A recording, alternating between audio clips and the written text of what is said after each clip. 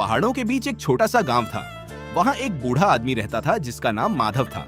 उसके पास एक पुरानी लालटेन थी, लेकिन वह कोई साधारण लालटेन नहीं थी। जब भी वह जलती, लोगों के झूठ सामने आ जाते। एक रात गांव का दुकानदार चोरी छुपे गरीबों का राशन छिपा रहा था। तभी माधव वहां पहुंचा और उसने लालटेन जला दी। अचानक दुकानदार के पीछे उसकी परछाई बोलने लगी, मैं चोर हूँ।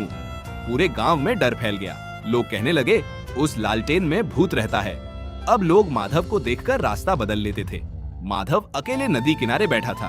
तभी एक छोटी लड़की वहां आई और बोली, अगर लालटेन झूठ दिखाती है तो क्या यह सच भी दिखा सकती है?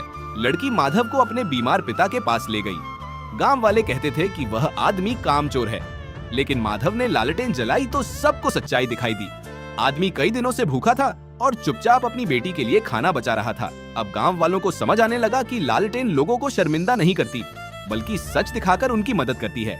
लेकिन गांव का सरपंच डर गया, क्योंकि उसे पता था कि अगर लालटेन उसके पास आई तो उसके सारे राज खुल जाएंगे। उस रात सरपंच ने लालटेन चुराने की कोशिश की, लेकिन जैसे ही उसने उसे हाथ लगाया, पूरी हवा में उसकी आवाज गूंजने लगी, मैंने गांव का पैसा चुराया है।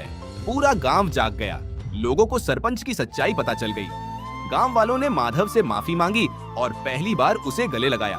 लेकिन अगली सुबह माधव फिर उदास बैठा था, क्योंकि गांव वालों ने सच तो जान लिया, लेकिन किसी ने चैनल को लाइक और सब्सक्राइब नहीं किया।